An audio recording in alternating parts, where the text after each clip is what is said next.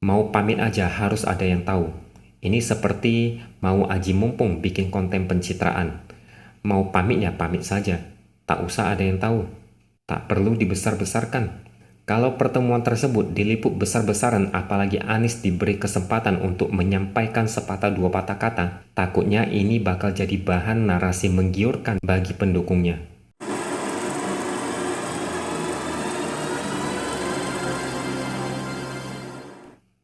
Halo, bertemu lagi dengan saya X Hardy di Opini Seward.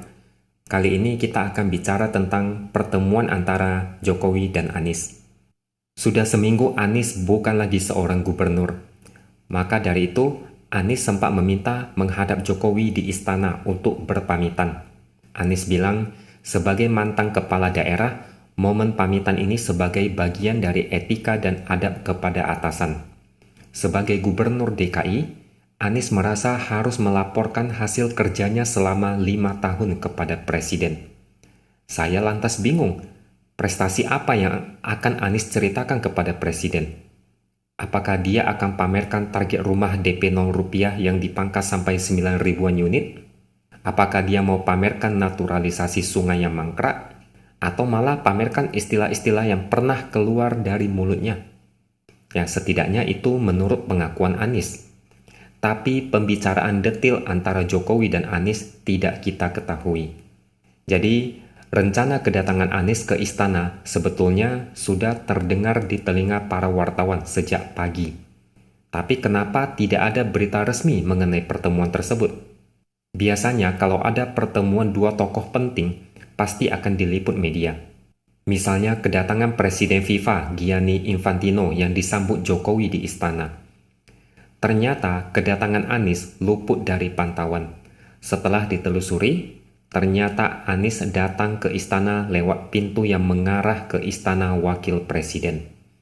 Rupanya jalur tersebut tidak bisa dimasuki oleh sembarang orang jika tidak ada izin dari pihak istana. Dengan demikian, tidak diketahui secara pasti apa saja yang dibicarakan oleh Jokowi dan Anies. Ini adalah permintaan dari Anies Baswedan untuk berpamitan dengan Presiden Joko Widodo setelah menyelesaikan jabatan sebagai Gubernur DKI Jakarta. Permintaan bertemu Presiden disampaikan Anies melalui Mensesnek. Pertemuan berlangsung secara tertutup. Tidak ada sesi wawancara, tidak ada sesi pengambilan foto, baik sebelum maupun sesudah pertemuan. Tidak ada konferensi pers.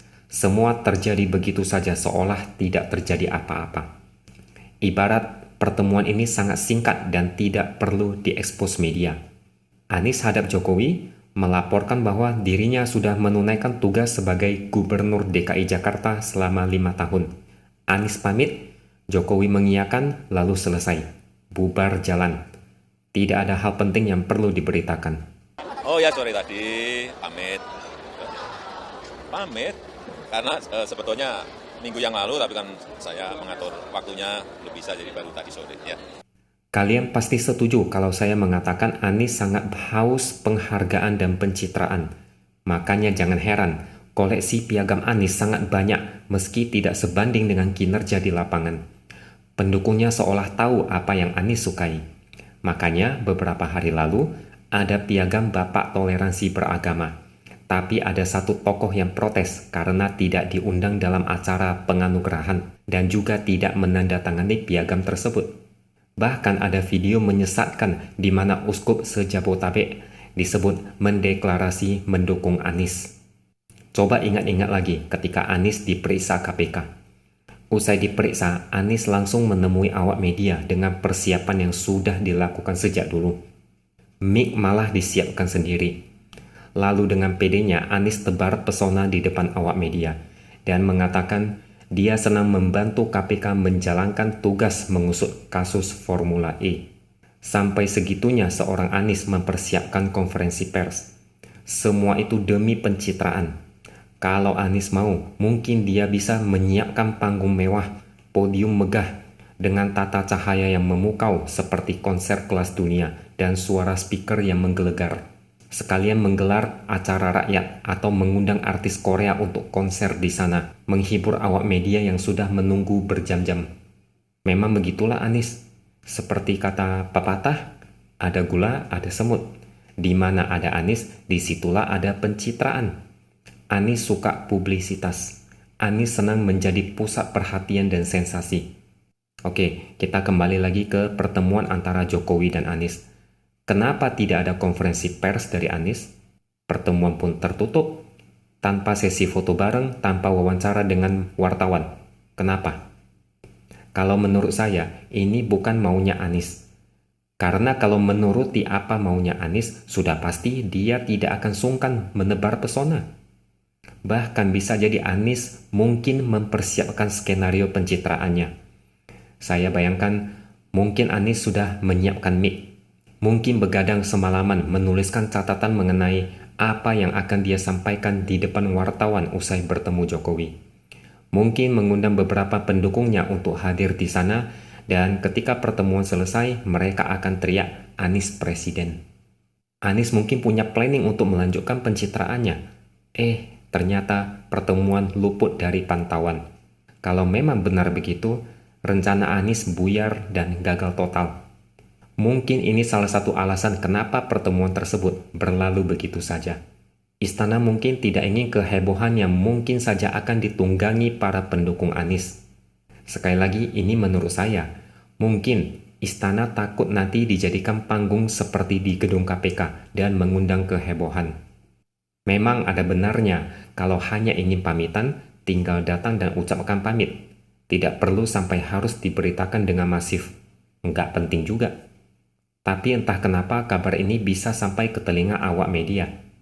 Kalau bukan Anies yang ngomong, mungkin ini kerjaan pendukungnya. Mau pamit aja harus ada yang tahu. Ini seperti mau aji mumpung bikin konten pencitraan. Mau pamit ya pamit saja. Tak usah ada yang tahu. Tak perlu dibesar-besarkan. Kalau pertemuan tersebut diliput besar-besaran, apalagi Anies diberi kesempatan untuk menyampaikan sepatah dua patah kata, takutnya ini bakal jadi bahan narasi menggiurkan bagi pendukungnya. Misalkan ada konferensi pers, ada foto bersama antara Jokowi dan Anies. Dalam pertemuan itu, Anies berpamitan setelah masa jabatannya sebagai Gubernur DKI Jakarta berakhir. Hal ini diungkap Jokowi dalam acara HUT Golkar di G Expo Kemayoran, Jakarta pada Jumat 21 Oktober 2022. Pendukung Anies mungkin akan membabi buta membuat narasi sesat bahwa Anies cocok jadi penerus Jokowi. Bukan tidak mungkin mereka akan menyebarkan informasi sesat dengan narasi Jokowi dukung Anies jadi presiden. Pemuka agama saja bisa jadi korban informasi sesat, apalagi seorang presiden. Momen pertemuan Anies dengan pemimpin Keuskupan Agung Jakarta dalam rangka pamit juga dipelintir dengan begitu jahatnya. Memangnya yakin pertemuan dengan presiden takkan dipolitisasi kalau diliput secara resmi? Untunglah pertemuan tersebut luput dari pantauan. Hanya pertemuan biasa dan tidak ada yang luar biasa. Kalau memang Anies dan pendukungnya punya rencana di balik pertemuan tersebut, ya anggap saja gagal. Skenario yang disusun rapi jadi berantakan. Anies tak bisa pamer senyum ke awak media. Memang beberapa hari kemudian Anies cerita tentang isi pertemuannya dengan Jokowi. Tapi efeknya tidak sedahsyat jika dia memberikan keterangan di istana. Semoga saja Anies beneran murni datang ke istana buat pamit, bukan sekalian cari peluang untuk bikin pencitraan. Kalau benar ada maksud begitu, dalam hati dia mungkin kesal. Tahu gini gak usah datang ke istana, bikin capek aja, nggak bisa pencitraan. Kalau memang mau pencitraan, sebaiknya lakukan itu bersama dengan kelompok pendukung. Kalau mau pencitraan bersama Rizik misalnya, ya silakan, tak ada yang protes. Oke, saya rasa sampai di sini dulu opini dari saya. Kita akan bertemu lagi di video berikutnya.